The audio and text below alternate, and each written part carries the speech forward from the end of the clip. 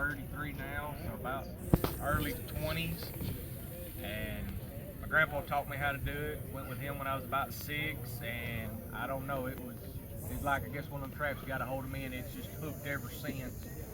And then of course all the small stuff kind of fell off on it and everything, and then I just took over the beaver pretty well because that's what the farmers wanted.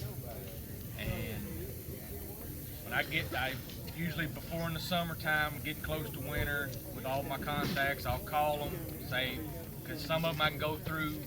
Wild duck season's going on, that's a big factor, and some of them I can't set foot on till February.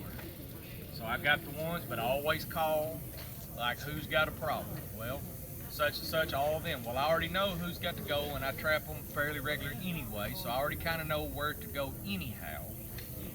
But I pull up to a spot, and if I've got 2 crossovers on the road, and I'm gonna put 4 traps, I walk to the back of the rig, I grab 4 stakes, I throw 4, I grab my stabilizers, I throw 4, then I grab 4 traps.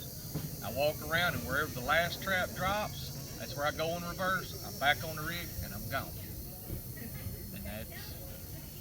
And then on drowning rods, anything I set, if I'm gonna set multiple, when I walk to the back of the rig, I'm throwing. I'll grab a whole handful. If it's drowning rod and I'm gonna put one over there, I throw it as far as I can throw it, do it there, and that way it's already laying there when I get there. If I'm gonna put a set over here, it's already there. I ain't gotta wait by trying to drag it over there. It's already laying there for me. Coyote sets the same way. If I'm gonna set 2 or 3, they're already laying in their spots relatively to where I'm gonna drop a trap. So, like Charlie said, I do trap. The past 2 years, I have broke over 600 so far. I caught 653 last year, and I'm 20 away from tying that this year. And I've still got 2 months of summer left before I don't stop. My ticket counter does not quit until the first time setting the trap back in the wintertime. It's year to year. I keep my tally going, and I'm 20 away from 653. I'm at 633 as of right now. You'll get that in the next... Not doing my summer lens. Somebody calls me for a private job because I'm pretty much there. I look at dry dirt where they're supposed to be. I pretty much killed them all. But when game and fish tell you that's what they want for in the woods to save the trees, I do what I do best, and there ain't no beaver to contend with. On 20,000 acres on 2 of the WMAs I'm controlling, there might be 2 that I know of that we're having problems with. There's 2 beaver on 20,000 acres. Now, obviously, there's probably more than that, but they're in a big bayou or something like that, and they're not causing me a problem. I'm not worried about him. If he's in a bayou swimming up and down, as long as he ain't making beaver dam to stop in water, I ain't worried about that beaver. Not right now. I ain't putting in the effort to go kill one that ain't killing no trees. So how often do you run your line? Every 3 days. With Arkansas, you have a 72-hour check. As long as it's a killing set. Conibear, drowning rod, you got 3 days. I run every 3 days, and the days in between is skinning and putting up fur. I always run Mondays and Thursdays. Tuesdays and Fridays are for skinning. And then normally, Wednesdays and Saturdays are for going somewhere else and setting more traps. Or putting up fur if I don't have anywhere else to go set traps at the time. Do you sleep? Not much. Not in the winter time. That's what it sounds like. It's from, usually on the days I'm running, it's from 4 a.m. to a lot of days it's 8 o'clock before I get home. Twice a week. And then on the days that I'm skinning, I'm usually up at 7 o'clock going to the skinning shed to start skinning, especially if I bring in a truckload. Like last year, 1 week, I brought in 76 beaver and 30-something otter 1 week. And I skinned every one of them by myself. Hard to find help to come help skin. Don't nobody want to do it. I've been trying for 5 years to find somebody to help me in the wintertime, and I skin every one of them by myself. And when you do that, that's also efficiency. You got to get to where you can do it fast. Most of the time, I might, on say a 50-pound beaver, I might have 3.5 minutes in a beaver start to finish skinning. Well, then you need to do a class on how to skin that fast, because I can never get one done that quick. The fastest I've ever skinned one. Now, I already had the tail chopped off and the feet, and it was a fresh beaver. Like, it just got knocked in the head an hour before that. 2 minutes, 15 seconds, start to finish. From the time I touched him with the knife to the time I laid the hide in the freezer, 2 minutes, 15 seconds on the dot. And the blessing from mom's side is doing all this work where it all started with his grandfather in the very shop, the very ground. And They a used to lot. be commercial fishermen, and the fish room that they had for all that, that's my skinning room now. Well, what's your method for the order that you run your line in? Like, how do you decide how you're going to run that? It's usually whatever I try to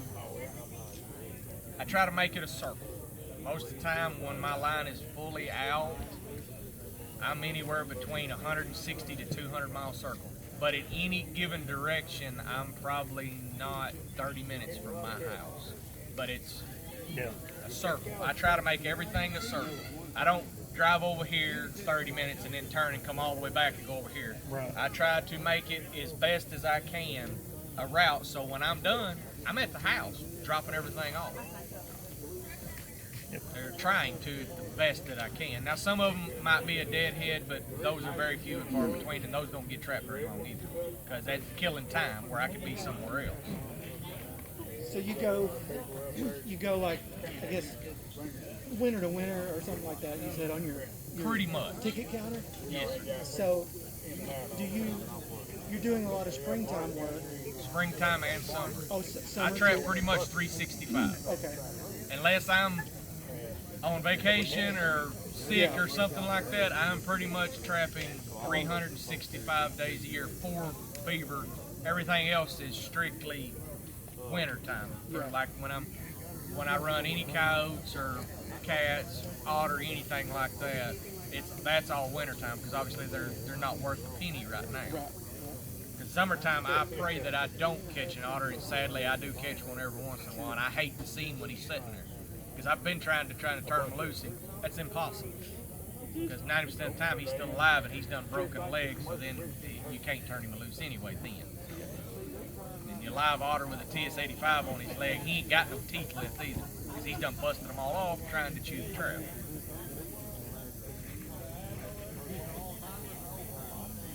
How many traps is in your line also? Oh, probably all said and done, about 20 dozen, just for the water line. That's not counting the dry land stuff. I'd say all in all, probably pushing the 26, 27 dozen mark. So, well, I don't even know how many that would even add up. Like let's see, 24 dozen, it'd be 288. So pushing 300. If you count snares and everything, probably 300 traps that I run in a 12-hour day. 12 to 16 hour day. And when I go, you can ask a few people that roll with me, I don't slow down. I mean, they better hold on, because when I leave the house, I'm gone. He won't even stop to feed you. Very rarely. It better be quick. And that's only if they're hungry, not if I'm hungry. Because I go from daylight to dark. I don't eat a bite. I might get something to drink. That's it. I don't eat all day because it makes me sick. So I don't eat till I go home. I eat one time a day when it's winter time. Even if I'm skinning, I'll go all day in the fur shed, putting up fur, whatever. I eat when I go home. I eat once a day. And surprisingly, I'm still a big guy. You would think doing all that I'd lose weight. No, I'll still stay the same. That one meal's a good one. Usually it is. I It's usually the make whole up the buffet. difference. Yeah, it's allowed to be a 3-4 pound meal. I usually make up the difference for it, for sure. But yeah, like I said on that, and this past year I got into putting up fur and didn't realize how much work that is too, because I always sold green, and if you start putting up fur, that's a lot of work. So about where do you trap in Arkansas? The eastern side over around Brinkley, Forest City, over in that area. I cover about 5 counties. Gotcha. So, what's the difference between put up and green? I mean, Green is when you take your animal and you throw him on the table and you skin him and you throw him in the freezer. They consider that green. Put up is when you put him on a fleshing beam and you flesh him down and then you hang him up and it's stretched and dried. That's put up. But a green is you skin him, you throw him in the freezer. That's green. Pretty much. I don't know why they call it green, but that's just what they call it. What's the benefit to put up fur versus green? Well, definitely the price. And the dried fur will last longer if you have the room to save it, you can hold on to it a lot longer, as long as you can keep the bugs out of it. Because there is a leather-eating beetle. They won't touch the hair; they eat the leather, and it will literally be, if you forget about it. Because I have a buddy, he done a coyote in his fur shed just to show the time lapse of it. It was just a pile of hair left. He put it up in the corner just to prove it, and every couple of weeks he'd take a picture or video of it. And when it got done, all it was a ball of hair left. The beetles ate all of the leather. There was nothing left. It was just hair. And that's why you got to put them in the freezer when it starts getting hot, or put something on to keep the bugs out of them. That's why. There's a leather-eating beetle that will disintegrate a hide.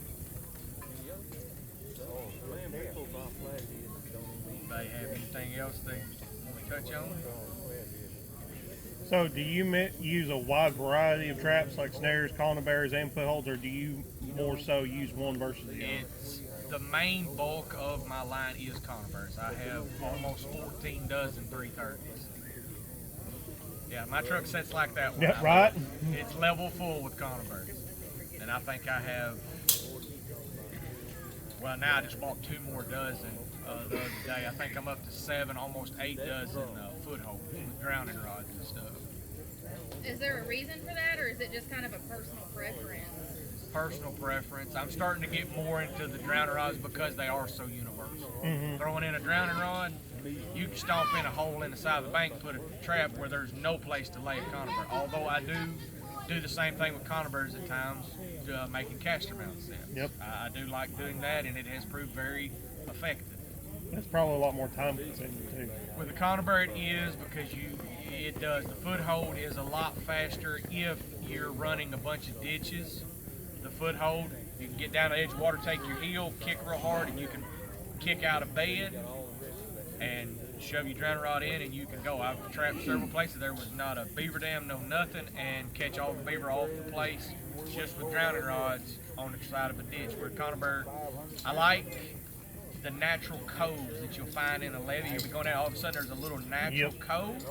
Perfect place for a conibear caster mount set. Perfect. Block it in just a little bit. You ain't even got to put no mud or nothing. Put your conibear in, and the way I like to run my conibears is I make the trigger look like a coat hanger. Right at the very top, I bend it straight out, and then I bend it back over, touching it. When it's all said and done, the trigger is this tall. Yep. So he has a 10-inch hole running through it, and it works great for caster mount sets. Did you say And I always run my triggers on the bottom. spring arms are going up? No, the trigger itself, just the trigger, okay. just the trigger. Got you. Well, brand new, and they stick straight up. Yeah. All right, as close as you can. Sometimes on some of them you have to take pliers, bend it straight out, and bend it, go out, a couple inches or so, and then bend it straight back over, even if they overlap. It literally looks like an upside down coat hanger when I get done. Some people, do like a field goal, or they'll do an L. I bend it straight back over. That way he has a giant hole. And to me, I think you get less refusal. Because he's got a 10-inch hole. He can see all the way through it. He knows there's nothing in his way. He'll go through it, and it catches him on the chest. Now, occasionally, if you're running a little bit shallow water on the belials, you will catch beaver by the front foot. I have done it, and I didn't start doing it until I had the belials, I guess, where it would hold. Because the Duke or Victor, they don't shut that tight. But I have held several over the years, and by the feet. I've even held a few by the tail. Can I ask you one more?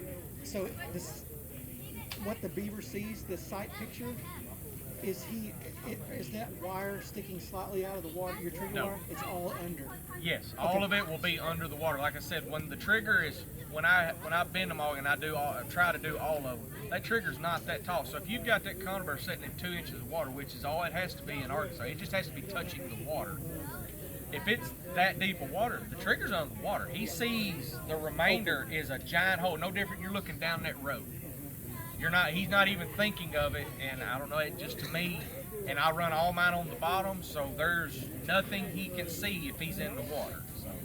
So with that type of trigger configuration, do you catch a lot of otter that way, or they pass through it?